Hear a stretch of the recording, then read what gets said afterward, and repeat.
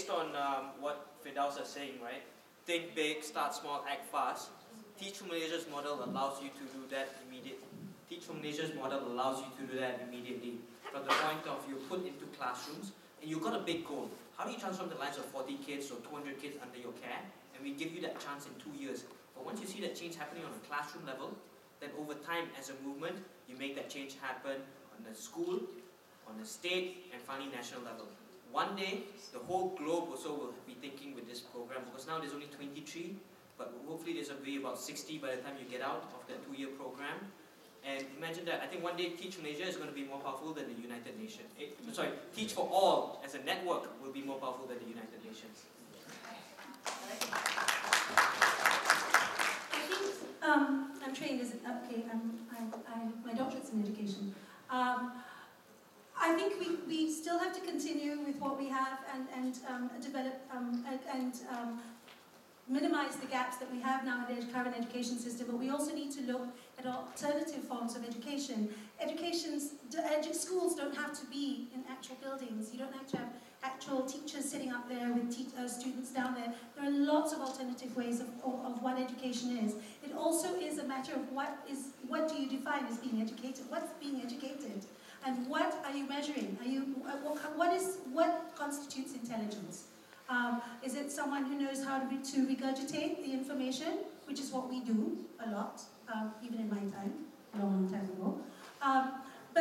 Or is it something where it's about communication, or being able to say and give your opinion? What do you exactly want, and what is the national agenda? Because that sets the tone, I think, to what's accepted as education. For me, education is anything. It could be under a tree. It depends. How do you function? How do you get along? So I think everything has to go hand in hand. Teach for Malaysia, traditional ways, because you have to monitor, and this is the way our agenda's been set, but you have to look at other alternatives as well. So, Kenneth, right? Okay, so I think that, firstly, I think we should try and make the discussion a little bit bigger. I think education systems all across the world are failing young people. It's not just in Malaysia. If you go to the States, which, if you talk to the average Malaysian parent, they'll be like, yeah, American education is so much better. Totally untrue. Totally untrue, I can tell you that. And you talk about Finland, for example, everyone's like, yeah, because they got such great TIMSS results, everyone should, have a Finnish education. But I was speaking to some people, I have several friends in Finland, and they're like, yeah, education system sucks. So everyone is, yeah, exactly. So everyone talks about the education system as if there are gaps. And I think one of the main issues is that public education as we know it has to change somehow, because it was created in the 1800s for child labor in factories basically, and that was the cheapest, most commoditized way to give out education for basically nothing.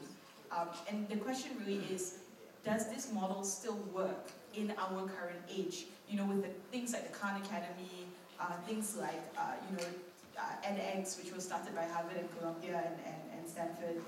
So these are real questions that we have to ask ourselves. I think for you specifically, you're saying, should I work in Teach for Malaysia? Should I go somewhere else? Of course, Dzameer want me to say go to Teach for Malaysia.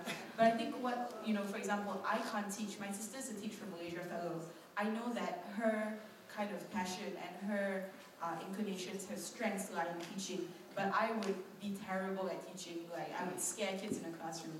So basically, I try to do what I can in terms of education policy, in terms of how do you make administration for a school better. So it really has to be about you. Where are your skills? Where are your strengths? Where do they lie? And then you look at the overall discussion. Don't just focus on a specific part, and then see where you can fit in best. I think that's my advice. Great advice. Just a small comment, Kenneth.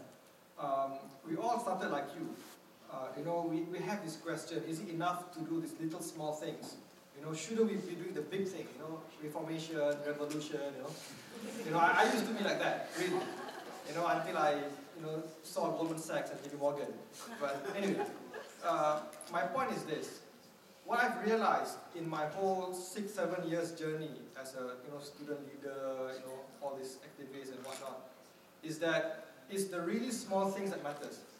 You see, all of us, we can never move the mountains on our own. Okay, that's number one. Number two, it requires time, and it requires a lot of patience. A lot of patience. You see, it's easy for all of you to have all these ideals now. Wait until you get your first kid, everything changes, right? And that's the reality. Now, the reason why I'm telling you this is because I don't want you to have so high hopes now. When you start working, when you start having a first child, everything goes down the drain. You see? So you have to have reality. Okay? The reality is, all of you must first be financially independent. That's the reality. You see, if you are not successful in your career, if you're not financially independent, forget about saving the world. You have to save yourself first. You see? So the reality is, you must be financially independent. You must be someone who's capable of having contributed or who's able to contribute to whatever small ways. And hopefully, the final thing, you pray to God, because only God can, do all the big things. That, we meet like-minded people and we do all this together. In time, things will change. So, not only education, people talk about corruption in this country, people talk about leadership in this country, political leadership, everything, right? It's all messed up. But the reality is, after 6 years of fighting, okay, I've reached the reality point. See? Does anybody on the panel have a comment on this, making money first and then add? I did it the other way. Here for the panel on that. I said my piece. Okay, he's got a point of view, I've got the other. I went with give all, now find money. And the Dotcom kids after, I did it all the money. And yes, it is, it's a challenge. Doing what you do, working 14-hour days, raising 3 children on your own with no money. My theme song is she works for hard for the money. She's in non-profit money. And that's my theme song every day. Trust me, I do not make a lot of money. But I think you're right in a lot of ways, but if you're a bit of a rebel like me, you'll go to and I think both ways work as well. And I'm a hell of a lot older than you. 6 years is too young.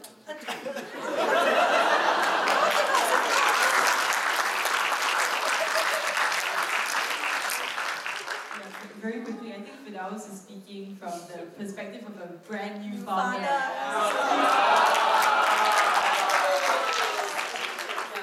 So I think that it really depends on how you define financial independence. Right? When Firdaus says financial independence, does he mean a BMW 5 Series? Does he mean a I think he does, right? But it really boils down to what you think is an acceptable way of living. I think it's something also that you have to discuss with your parents, because it is important for you as a young person to be financially responsible for yourself. And I think one of the things that we should avoid is to stop thinking about this idea of doing good versus making money, right? They're not mutually exclusive. You can both do good and make money. For example, I can only speak for the Otak-Otak program, but we are making money with this idea. I mean, it's not a lot of money. It's maybe like less than 1 month's pay for me if I work like God knows how many hours over a period of 6-7 months. But the important thing is to think about ideas in which you are financially sustainable.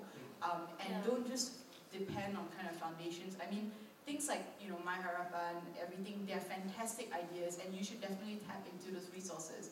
But at the end of the day, you always have to be worried about the fact that one day your financial resources will dry up, or your donors will dry up. And I think that's one of the things, like I think Tini was saying just now, it's hard to look for funding all the time. It's hard to source for donations. So at the end of the day, you need to think about ways in which you can make a difference and yet still make a financially acceptable living.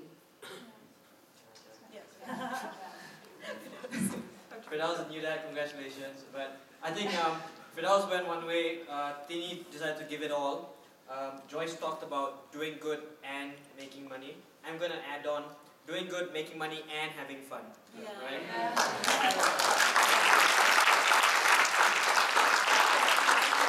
Happiness either, right? Yeah, don't don't give up on happiness. The thing is, if you talk about reading, right, go back and Google up Jim Collins, either Good to Great or Built to Last. He talks about one point. Go for the genius of and not the insanity of or. Okay? Once you think and believe that that can happen, the universe and your subconscious mind conspires with you to make it real. Absolutely. Absolutely true. If you want to find out what Teach Malaysia is doing, speak to Fariza and because I hope they're having, I know they got the good too. They're doing good and they are making some sort of money. I don't know if they're having fun working in Teach Malaysia. That one I'll let them speak. Great. All right, well, I think we've run out of time. Oh, one more question. Excellent. One more question. My